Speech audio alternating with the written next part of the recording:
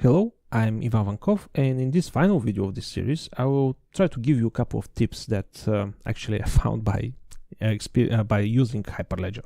So first, depending on your size in your company, it makes a lot of sense to separate the responsibility of the developer team. So you have one aspect of it, how you can run your network. I mean, how you can run the network with peers, with orderer, what configuration you have to use, how to configure composer, where it will be, etc., etc. This is part of the DevOps. So it's not necessary your developers to understand all these details. Developers must understand how they can use the SDK, how they actually can execute transactions, what is the proper way, how to manage the certificates from the CA, etc., etc. So it's make a lot of sense just to separate as two different tasks that can run in parallel if you are trying to build your developer team to build such a project. There is a tremendous amount of information. It's not feasible for a team or a person to understand all of it. It's possible, but he or she has to dedicate a lot of time understanding every single aspect, from really low-level stuff like cryptographic or Docker or Gossip protocols to the implementation inside, for example, Node.js or Java. So it makes a lot of sense. Second, about the developers that are using the SDK, they have to understand something really, really important. I will talk about these topics in the series, the technical series about Hyperledger, but they have to understand one really simple idea. When you execute a transaction, it will return a result for a success almost immediately. But this result is the result of the simulation, that the peers are there, that the simulation was successful, etc., etc. When you execute a transaction and receive a correct response that everything went okay, that don't mean that the operation is actually inside the ledger. The operation is inside the queue. The way how you understand that the transaction, the particular transaction, is applied to the ledger is by attaching to the event system. Every single SDK has an event system. So actually you register to the event system in a different thread or something like that. You execute a transaction. When you prepare the transaction and execute the transaction, you have a unique ID, transaction ID. It's called TXID in the documentation. So when you prepare the transaction, you have the transaction ID. And you're listening for an event for this particular transaction ID. And this event will be fired from the peer when they try to apply the information. And depending on the situation, you may receive success. And at that point, you're absolutely sure that information is inside the ledger is updated, and every peers are synchronized.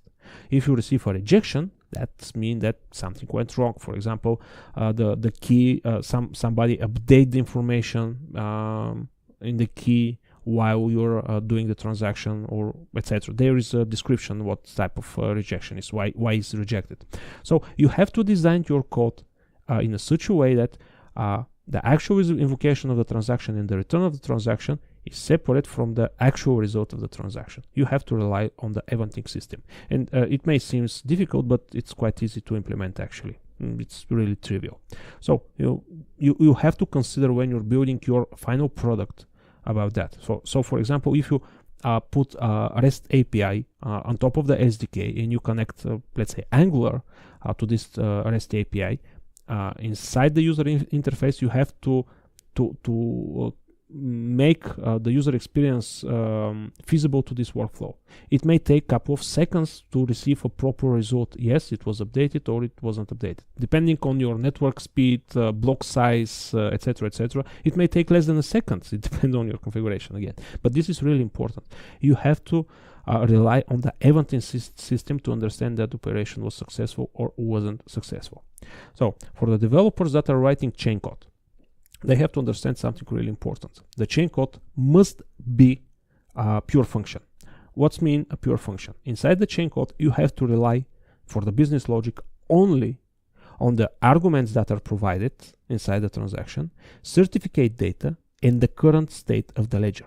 It will be really, really, really bad idea to rely on files on the file system, network operation, or some other non-deterministic operation, because this operation is executed in every single peer.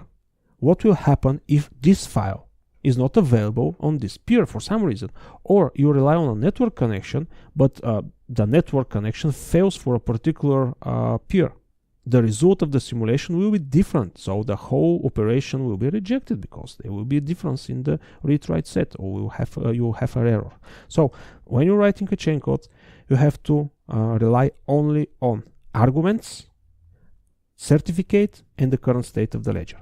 So if you start thinking, okay, this is quite limiting. No, it's not limiting, because you can provide anything you want inside the arguments. Let's give you a simple example. For example, your business logic requires a specific random number.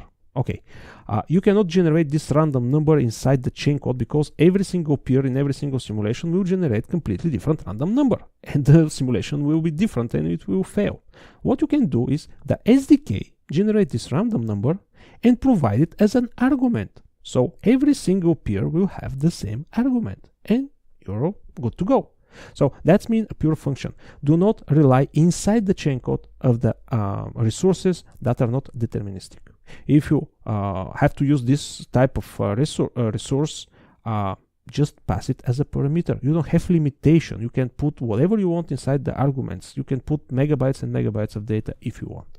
So when I'm talking about megabytes and megabytes of data, you also have to consider this approach. For example, your business logic requires storing a lot of documents. Let's say huge PDF files, or doesn't matter. Let's say documents that are in the realm of a couple of 100 megabytes.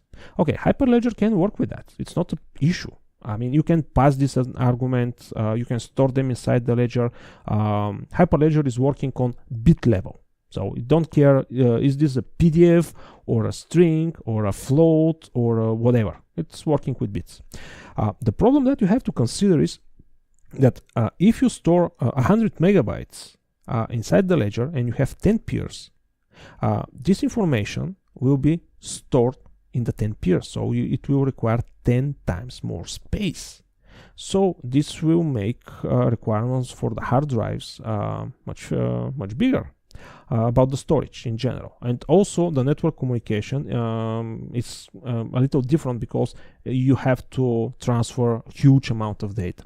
So how you can fix that problem? There are a couple of ways. First, just take better storage, better network, etc., etc. But the more practical approach is the same. You don't store the data. I mean, you don't store the document itself inside the ledger.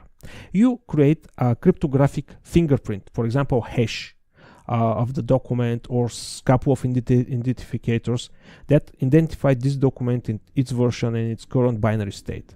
And you just pass this string or binary data, doesn't matter, that is really small, to the peers, and store the file in one place, for example CDN or whatever you want. And later you can always make a verification. You can always take the same checksum of the file and compare it with the checksum inside the Hyperledger. And if they match, that's pretty much guarantee that the file wasn't altered. If there is a difference, so the file was altered somehow. So this is really useful. Depending on your need, on your business needs, how much data you store, you have to consider, because data is replicated on every single peer. If you store 100 megabyte on 10 peers, it will be 10 times 100 megabyte, and this will grow fast. If you later add another 10 peers, it will require 10 times more space than the current one. So this is really important. So in general, there are many other tips that I will try to give you, but they are more technical and will be inside the technical series, where I will show you how you can run the peer, the network, how you can generate the certificates, how to work with Composer, how actually to use the SDK, etc., etc. But this series, as I mentioned in the beginning, was just to give you the basic idea what Hyperledger is, how it's working, and how it solves the problems that I was talking about the trust, about the security, and what actually mean the endorsement, the simulation, the ordering service, etc., etc. I'm really hoping that you found that series useful for you. So if it's like that, please give a thumbs up, put a comment, and tell me if you don't understand something. I will try to make another video that actually explain your problem. Thank you.